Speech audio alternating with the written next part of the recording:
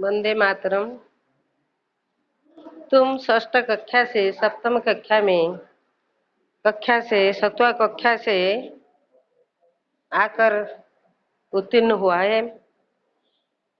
तो आज हम सप्तम कक्षा के पहले विषय हिंदी हिंदी परिचय कविता में पहले विषय प्रार्थना पढ़ रहा हूँ। तो कविता में प्रार्थना विषय पढ़ रहा हूँ। प्रार्थना करने से हमको शांति और आनंद मिलती है। तो हम सब भगवान से प्रार्थना करते हैं,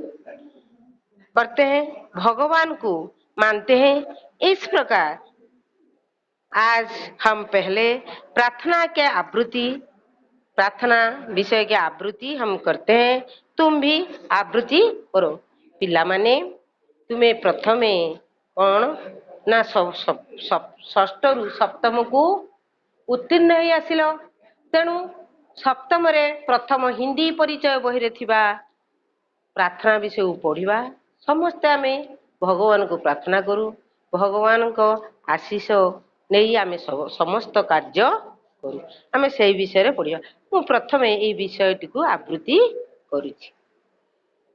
वह शक्ति हमें दो दया निधे, कर्तव्य मार्ग पर हट न जाए। पर सेवा पर उपकार में हम निज जीवन सफल बन जाए। हम दीन दुखी निबोल विकोल के सेवक बन समता भरे। जो है अटक भूले भटक उसके तारे खुद तर जाए। छल धर्म दुर्वेश पाखंड झूठ अन्याय से निवेदित दूर रहे। जीवन हो शुद्ध सरल अपना, शुचि प्रेम सुधा सरसा जाए। निजान मान मर्यादा का प्रभु ध्यान रहे, अभिमान रहे। जिस देश में जाति में जन्म लिया, बलिदान उस पर हो जाए। तो हमें पहले इस कविता का प्रार्थना विषय का कठिन शब्द का अर्थ लिखती हूँ। तो दयानिधि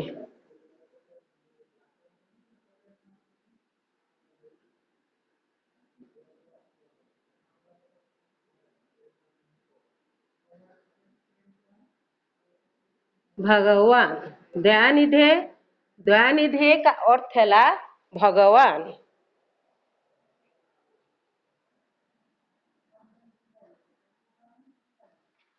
संताप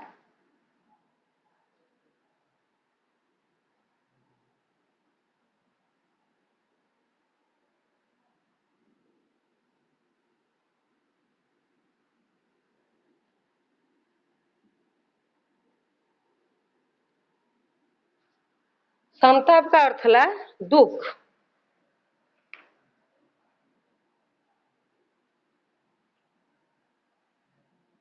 भटके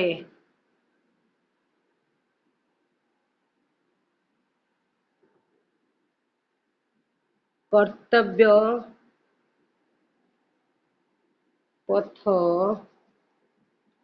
ठारू दूरेई जीवा।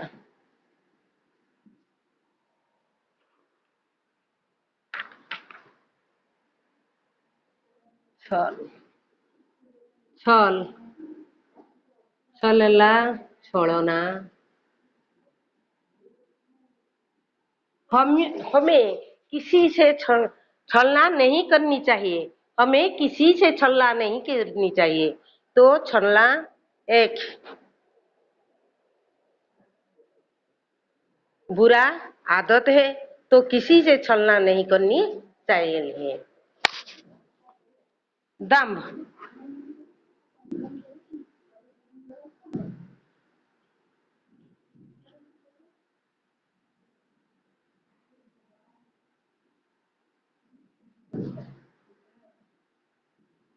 अहंकार। तो हमें मन में अहंकार आने से भगवान नहीं मिलती है, तो अहंकार नहीं आनी चाहिए। यह सब बुरा आदत है।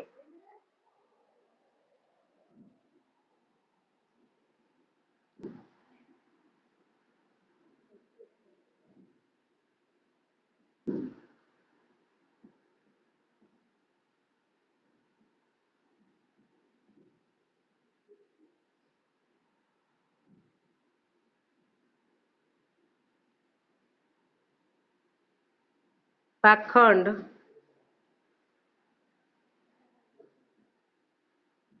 पाखंड का अर्थ है छलना।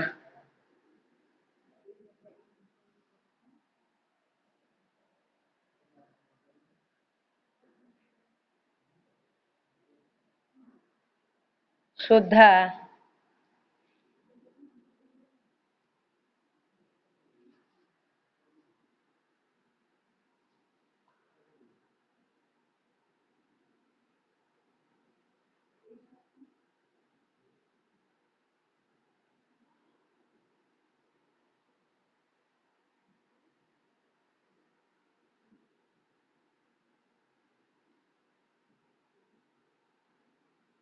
अमृत,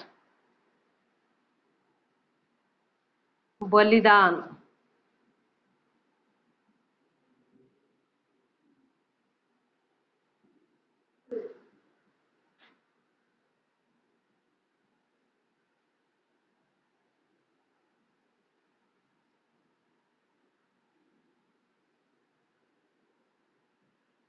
जीवन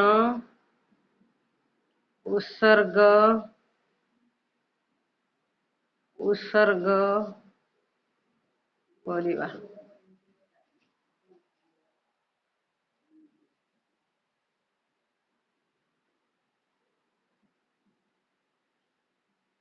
विकल, दुर्बल, सूची,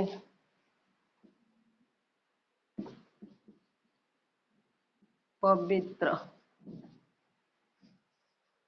तो कठिन शब्द का अर्थ है। तो पहले हम कविता को भल से आवृत्ति करनी चाहिए। तो शक्ति हमें तो दयानिधे, कर्तव्य मार्ग पर हट न जाए, पर सेवा पर उपकार में हम निज जीवन सफल बन जाए। हे दयानिधे, हे भगवान, तो हमें कर्तव्य पथ पर कभी हट न जाए। तो पर सेवा कर्तव्य क्या है ना, पर सेवा पर उपकार में हम निज जीवन को उत्सर्ग कर देना चाहिए। हे हे प्रभु, हे भगवान, हे दयानिधे भगवान, मते एभली शक्ति दियो, एभली साहस दियो, मु जेपरी कर्तव्य मार्गरू हटि न जाए, पर सेवा और पर उपकार में निज जीवन को मु उत्सर्ग कर जाए, सेहिथिरे मु जेपरी सफल लाभ करे।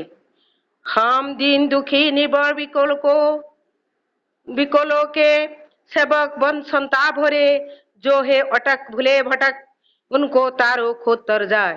हे तो दूसरी पंक्ति में कवि ने कहा है कि हमें दीन दुखी और दुर्बल विकल को सेवक बन जाए, उसका संताप उसका दुख हरण करे। जो अटक जाते हैं तो भूल रास्ते में चले जाते हैं, उसको हम ठीक रास्ते में ले आना हमारा कर्तव्य है। तो खुद तो तर जाए और उसको भी तरना चाहिए। हे भगवान, तुम्हें दीन दुखी निर्बल विकल को सेवक मते बनै दियो। मु सेमानंकर जेपरी एई दुर्बल विकल दुखी दरिद्रंकर संताप दुख हरण करे। तो जो माने पथभ्रष्ट हो जाई एपट सेपट हो जाती, तांको लक्ष्य स्थल रे पहुंची पारि न थांती, ସେମାନଙ୍କୁ ମୁଁ ଠିକ ରାସ୍ତାରେ ଆଣିପାରେ ଏବଂ ନିଜେ ମଧ୍ୟ ଠିକ ରାସ୍ତାରେ ଚାଲି ଯାଇପାରେ। ହେ ଭଗବାନ, ଏହି ଶକ୍ତି ମୋତେ ପ୍ରଦାନ କର, ମୁଁ ଯେପରି ସେମାନଙ୍କୁ ସେ ପଥରୁ ନେଇ आसे। छल, दम, दुर्वेश, पाखंड, झूठ, अन्याय से निवेदित दूर रहे, जीवन में शुद्ध सरल अपना, सूची प्रेम सुधा सरसा जाए। तो छल, दम, दुर्वेश, पाखंड, झूठ, यह बुरी बात है, तो उसका हमें सर्वदा दूर रहना चाहिए। तो यह हमारे मन में रहने से हमको भगवान नहीं मिलती है।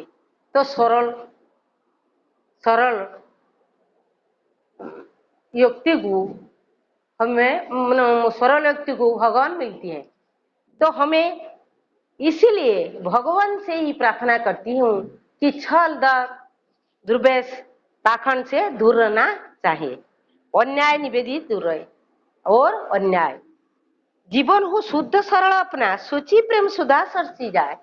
तो हमें यदि तो इस बुरी बात से दूर रहना चाहिए, तो हमारा जीवन शुद्ध सरल और प्रेम सुधा बन जाए। तो छल, दंभ, दुर्वेश, पाखंड, झूठ, अन्याय ए गुड़िक कौन है ना गोटे गोटे खराब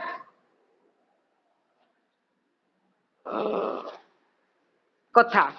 यही गुड़िक ठारू आमे जदि प्रतिदिन हे भगवान यही सबू छल, कपट, अहंकार, गर्व ये गुड़िक ठारू जदि मु दूरेई रही जाए, तेणु आमर जीवन सरल एवं शुद्धमय होई पवित्र अमृत सुधा भली हो, पवित्र अमृत सुधा भली हो, आम जीवन सुखमय बा भगवान आम प्रति संतुष्ट होई जीवे। निज आन मान मर्यादा का प्रभु ध्यान रहे।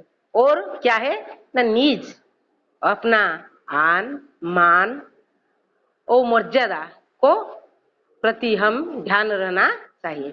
अभिमान करे, तुमने पिता माता के पर अभिमान करते हैं, तो पिता माता तुम्हारा अभिमान दूर करते हैं। तो अभिमान हमें भी रहना चाहिए। जिस देश में जाति में जन्म लिया है, हमें जिस देश और जाति में जन्म लिया है उस पर बलिदान, इस जन्मभूमि पर हमें बलिदान होना चाहिए।